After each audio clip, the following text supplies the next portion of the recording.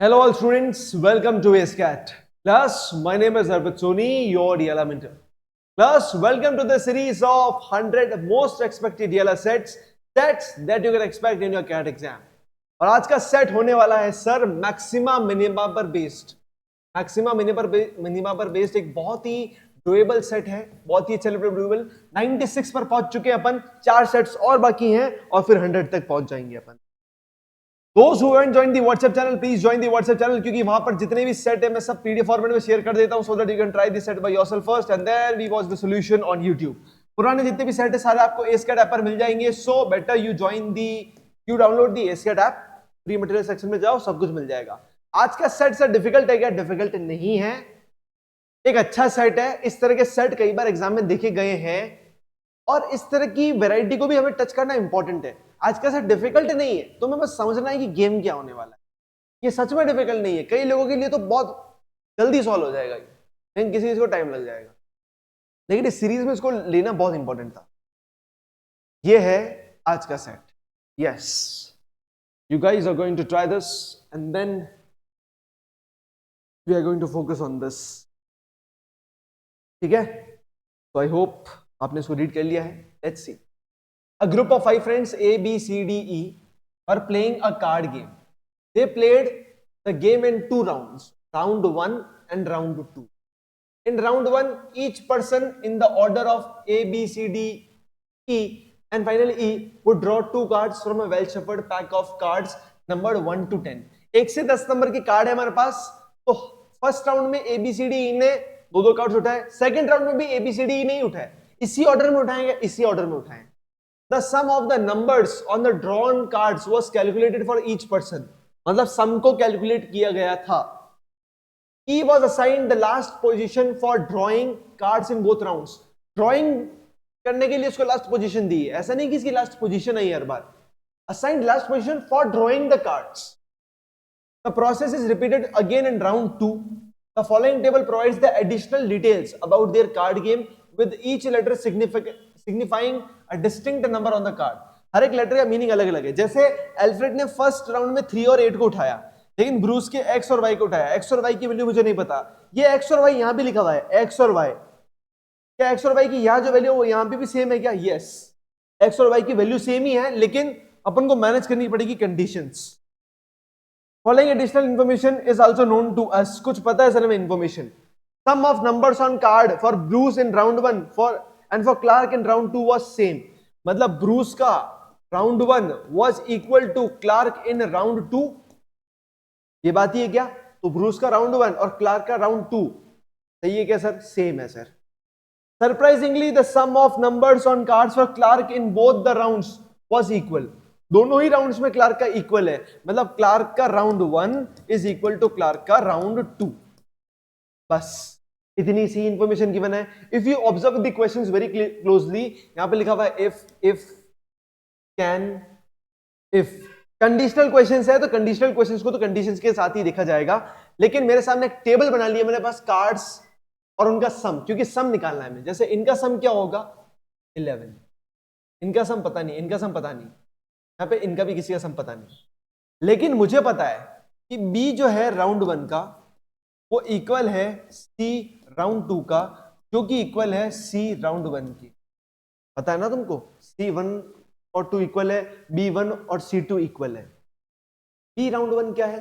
x plus y is equals to क्या है? R, C का R2 A plus 8 is equals to M plus 1। ये बात ही है क्या? ये बातें सब इक्वल है, ठीक है। मुझे बताओ 1 से लेकर 10 तक नंबर्स है ना? कितने नंबर्स है 1 से लेकर 10 तक? एक बार यहां लिखता हूं थोड़े से नंबर। 1 2 4 5 6 7 8 9 10 जो हो चुके हैं उनको मैं क्रॉस कर देता हूं। लाइक 3 और 8 किसी के नंबर ऑलरेडी हैं, तो 3 और 8 का कोई रोल ही नहीं है, इनका कोई रोल ही नहीं। वैसे 1 भी जा चुका है, 1 भी जा चुका है, ठीक है। इनको कैंसिल कर देते हैं पूरा पूरा ताकि अपन को नजर ही ना आए। कितने नंबर्स बचे सर? 7 नंबर्स बचे हैं। क्या 7 वेरिएबल्स हैं? 1 2 3 4 5 6 7 1 2 3 4 5 6 7 7 वेरिएबल्स की है sir, point is clear sir. इनकी जो वैल्यू होगी एक्स वाई इन सब की इनमें से निकलेगी, ठीक है। पहले इन दोनों इक्वेशंस को देखते हैं। आप ए की वैल्यू क्या रख सकते हो? अगर आप ए की वैल्यू की बात कर रहा हूं, ए की वैल्यू की और एम की वैल्यू की, ठीक है। ए की वैल्यू आप 1 नहीं रख सकते क्योंकि 1 तो किसी की वैल्यू है। ए की वैल्यू अगर आप 2 रखेंगे तो एम की वैल्यू कितनी आएगी? 9 आएगी, ठीक है। पॉसिबल लग रहा है आपको केस? ठीक है सर। और ए की वैल्यू 3 रख सकते हैं क्या? ए की वैल्यू 3 रखी तो 3 और 8 कितना होता है? 11। तो एम की वैल्यू कितनी आएगी? 10 आएगी क्या? यस सर, एम की वैल्यू 10 आ जाएगी। क्या ए को मैं और इंक्रीज कर सकता हूं? नहीं कर सकता हूं क्योंकि सर आगे पॉसिबल ही नहीं। मतलब अपन एम को तो 9 और 10 रख दिया लेकिन ए को और इंक्रीज नहीं कर सकता। तो सिमिलरली देखा जाए तो एक्स और वाई की वैल्यू सर कितनी आनी चाहिए? एम प्लस, मतलब इन दोनों का सम कितना आ रहा था इस वाले केस में? 10 और इधर वाले केस में 11। एक्स प्लस वाई 10 कैसे आ सकता है? 10 कैसे आ सकता है? 10 आ सकता है सर 6 प्लस 4 से, 6 प्लस 4 से आ सकता है। पता नहीं कि 6 और 4 किसका होगा, ये मुझे नहीं पता, ठीक है। और 11 कैसे आ सकता है? 11 दो नंबर्स का सम होना चाहिए, 11 दो नंबर्स का सम होना चाहिए 11, जो कि पॉसिबल है 7 और 4 से ही। 7 और 4 से पॉसिबल है, या 9 और 2 भी 9 और 2 से तो नहीं हो सकता। नहीं, इस केस में तो हो सकता है 9 और 2 से, कि 7 प्लस 4 या 9 प्लस 2 से भी हो सकता है। Point is clear? क्या यहां तक आपको पॉइंट क्लियर है? क्लैरिटी है यहां तक पॉइंट को? ठीक है। अब अपन क्या करेंगे, लेकिन व्हाट इफ आई से टू यू गाइस कि मैंने जो बोर्ड पे लिखा है, जो मैंने बोर्ड पे लिखा है उसके हिसाब से देखा जाए तो सर ए की वैल्यू या तो फिर 2 हो सकती है, 3 हो सकती है। मैं कहूंगा कि एम की 10 वैल्यू हो ही नहीं सकती। एम की 10 वैल्यू क्यों नहीं हो सकती? क्योंकि ए की वैल्यू 3 नहीं हो सकती। क्यों नहीं हो सकती 3 वैल्यू? सर 3 ऑलरेडी टेकन है, ऑलरेडी टेकन है।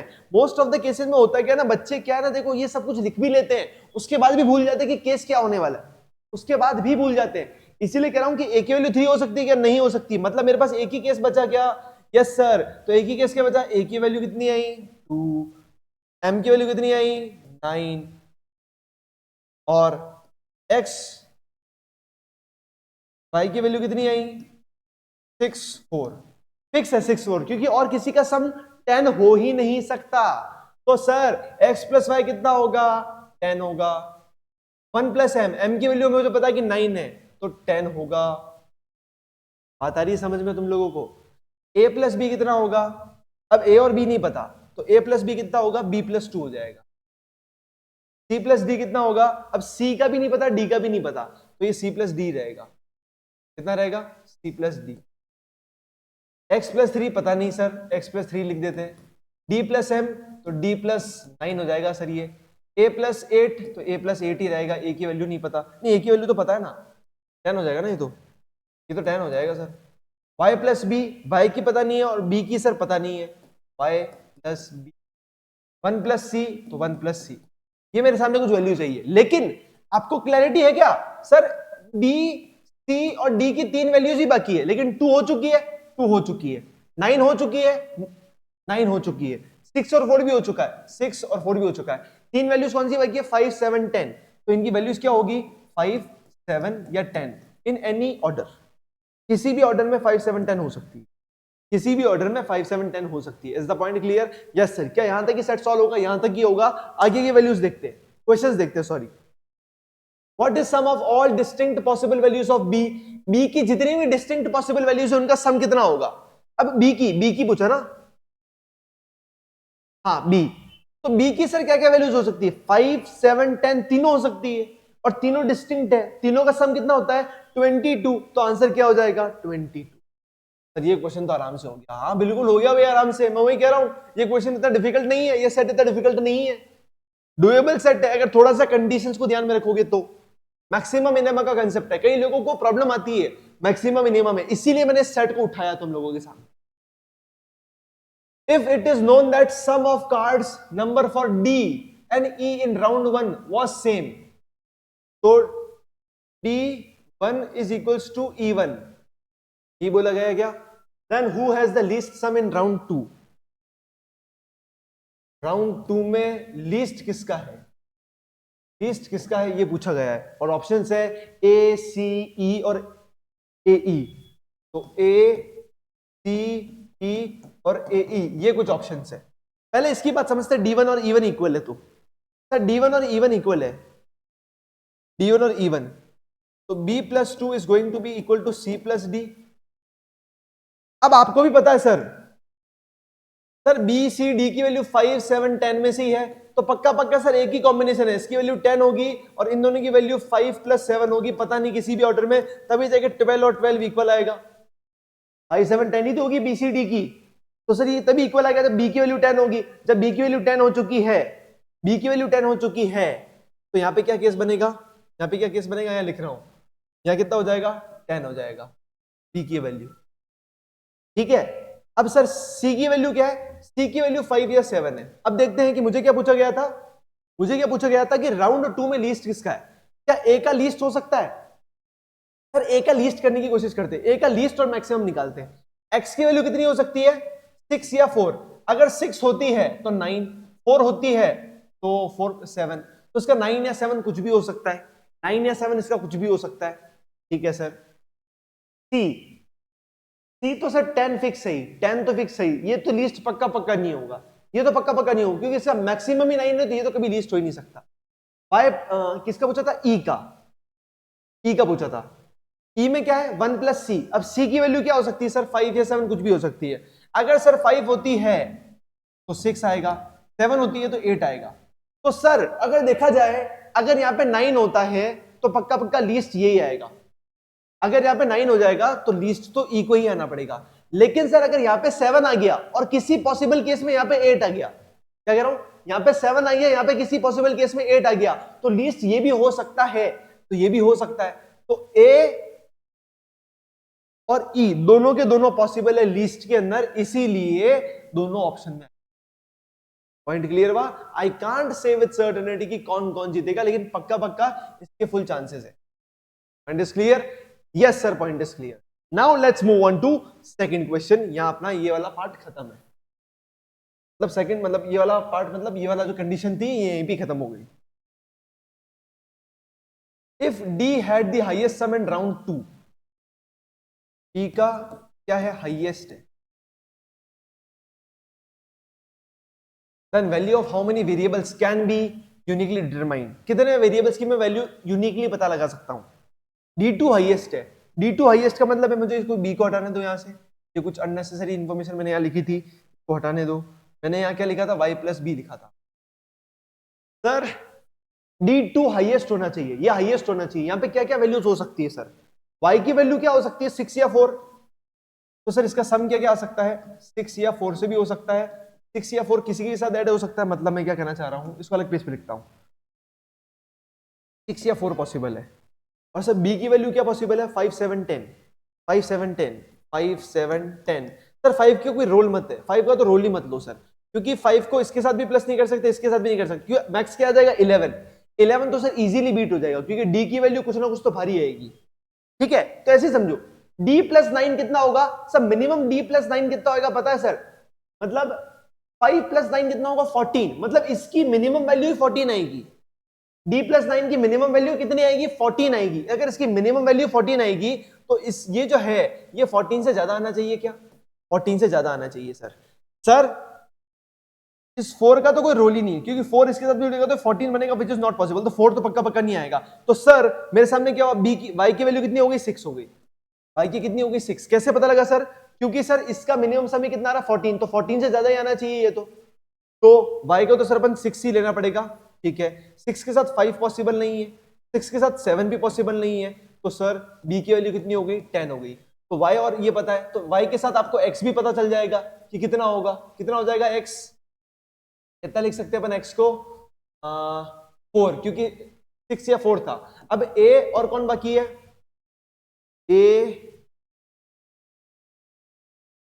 a बाकी है, b बाकी है और c बाकी है, ठीक है। अब सर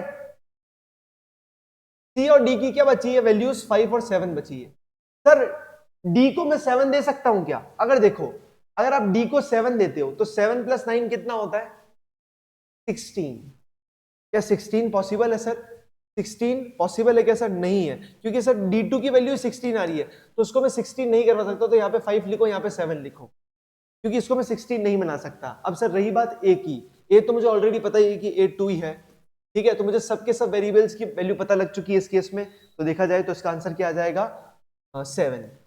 कितने वेरिएबल्स की मुझे पता लग चुकी है वैल्यू? 7 वेरिएबल्स की मुझे यूनिकली पता लग चुकी है वैल्यू इस केस के अंदर। आई बात समझ में? सेट थोड़ा सा अच्छा है, लेकिन इतना डिफिकल्ट भी नहीं है मेरे भाई, इतना डिफिकल्ट भी नहीं है। The sum of A in round 1 can be equal to how many friends in round 2? A in round 1 किसके इक्वल आ सकता है? तो मतलब 11 कहां पॉसिबल है? यहाँ पर 11 कहां पॉसिबल है? x प्लस 3 11 हो सकता है क्या? x की वैल्यू अगर मैं 4 ले लूं या 6 प्लस 3 11 पॉसिबल है? नहीं, तो ये तो पॉसिबल नहीं है 11।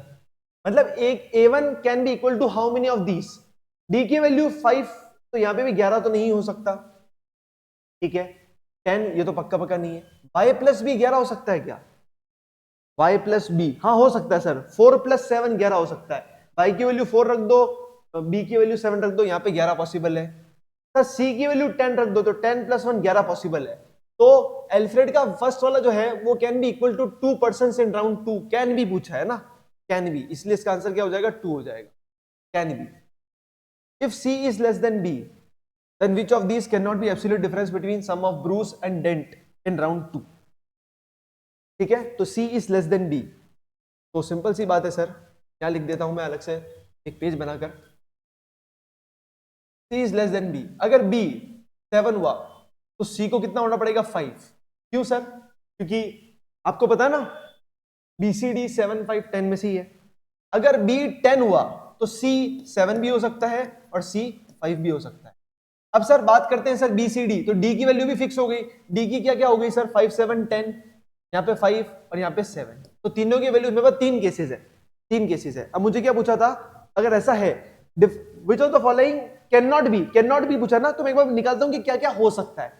B और D इन राउंड 2, B और D राउंड 2 की बात करिए, B और D राउंड 2 की बात करिए सर B और D राउंड 2, तो यहाँ पे क्या है? D प्लस 9 है, यहाँ पे Y प्लस B है, D प्लस 9 है, यहाँ पे Y प्लस B है, ये वाली बात ही है,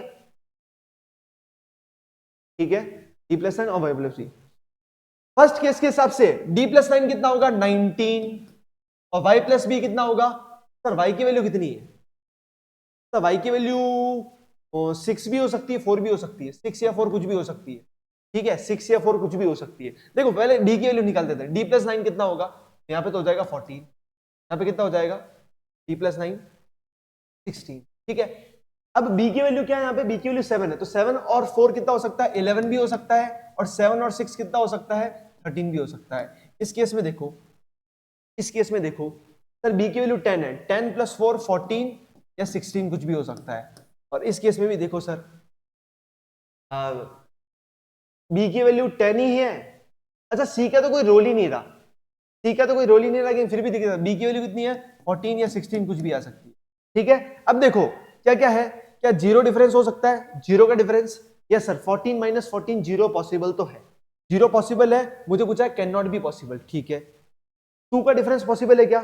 2 का डिफरेंस, यस सर पॉसिबल है। यहाँ पे 16, यहाँ पे 14, 16 और 14 का डिफरेंस कितने का होता है? 2 का होता है, पॉसिबल है सर, तो कैंसिल करो। 4 का डिफरेंस हो सकता है क्या?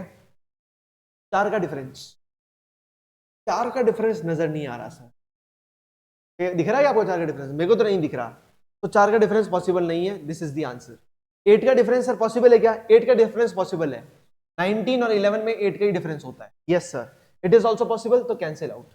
आंसर क्या हो जाएगा? सी ऑप्शन, कि sir this is not possible. Point आया समझ में? This was our today's maxima minima पर बेस्ड एक सेट। सर ये सेट आसान था क्या? आसान था, ये सेट सच में डुएबल था, लेकिन कई सारे बच्चे इसको एग्जाम में सॉल्व ही नहीं करते, क्योंकि सर जैसे उनके सामने इस तरह की बातें लिखी आ जाती है कि सर यहाँ पे तो वेरिएबल्स ही इतने गिवन ही नहीं है, क्या होगा क्या नहीं होगा, पॉसिबिलिटीज होगी क्या नहीं होगी, दिमाग में काफी सारी चीजें चलती है। लेकिन मैं क्या कह रहा हूं, आपके सामने सेट सच में सॉल्व करने लायक आता है भाई, तुम एक एग्जाम दे रहे हो यार, उस एग्जाम में सिर्फ वैसी चीजें नहीं आती है जो तुमसे पक्का पक्का नहीं होगी। तुम्हारे सामने एक सेट ऐसा आ सकता है जो तुमसे सॉल्व नहीं होगा, लेकिन 3 सेट में बात होती है ऐसी कि शायद तुमसे सॉल्व हो जाए। थोड़ा सा ध्यान और देना है। इसी तरह के सेट भी आएंगे तुम्हारे पास, लेकिन तुम्हें उस दिन लगेंगे और डिफिकल्ट था sir, maxima minima based difficult आया सर, कुछ समझ नहीं आया सर, इतनी सारी पॉसिबिलिटीज थी। इतनी सारी पॉसिबिलिटीज अपन इजीली टैकल करना जानते हैं दोस्तों, इतना अपन पढ़ चुके हैं, सेट नंबर 96 पे आ चुके हैं अपन जानते हैं इतनी सारी पॉसिबिलिटीज को टैकल करना अपने लिए बड़ी बात नहीं है। ये तो फटाफट माइनस करना बड़ी बात नहीं है सर हमारे, या इन सारे कंडीशनल क्वेश्चंस को देखना हमारे लिए बड़ी बात नहीं है सर। 5 मिनट में 500 क्वेश्चन हो सकते हैं सर चाहे तो। बस वही है कि उस प्रेशर सिचुएशन में क्या अपन इस परफॉर्मेंस पे खेल सकते हैं, चांसेस होते हैं कि अपन नहीं खेल पाते, इसीलिए अपन को इस तरह के सेट मॉडरेटली डिफिकल्ट लगते हैं। बात आ रही समझ में? ठीक है, तो ये रही हमारे आज के सेट की बात। आई होप आपको क्लैरिटी मिली होगी आज के सेट को लेकर। तो thank you for watching this session. कोई सजेशन हो, कोई फीडबैक हो तो please put in the comment section. साथ ही में आपका जो स्कोर है प्लीज मुझे बताएं कमेंट सेक्शन में, अलॉन्ग विद द टाइमिंग कि कितना टाइम लगा आपको। बाकी इस सीरीज को कंप्लीट करना अपना उद्देश्य है, और जल्द ही मतलब इस वीक की बहुत मतलब 20-21 तारीख तक तो पूरे सेट ही कंप्लीट हो जाएंगे सारे। मैं कोशिश करूंगा कि जो हमारा 100 जो सेट होगा उसको मैं लाइव लेक्चर में ले लूं, ताकि अपन सेट भी डिस्कस कर ले और आपके जो भी जनरल डाउट्स हैं जो लास्ट वीक से रिलेटेड होते हैं वो भी अपन टैकल कर सके। तो चांसेस आर कि ट्यूसडे या वेंसडे को एक लाइव लेक्चर होगा जिसमें अपन last set of this particular series discuss करेंगे, और उसके बाद एक छोटा सा Q&A सेक्शन भी हो जाएगा, जिससे आपके सारे डाउट्स या आपके जो भी मेंटल ब्लॉकेजेस हैं आपके दिमाग में या जो मिथ्स हैं एग्जाम को लेकर उनको बन उड़ा सके अच्छे लेवल, उस पर भी काम करेंगे अपन। तो सेट नंबर 99 तक तो वीडियोस आएगी as a recorded, set number 100 होगा एक लाइव लेक्चर जहां आप लोग मुझे डायरेक्टली लाइव ज्वाइन, ठीक है। तो ये रही अपनी बात, मिलते हैं नेक्स्ट लेक्चर में एक नए सेट के साथ। Till then keep learning, keep practicing and keep smiling. All the best.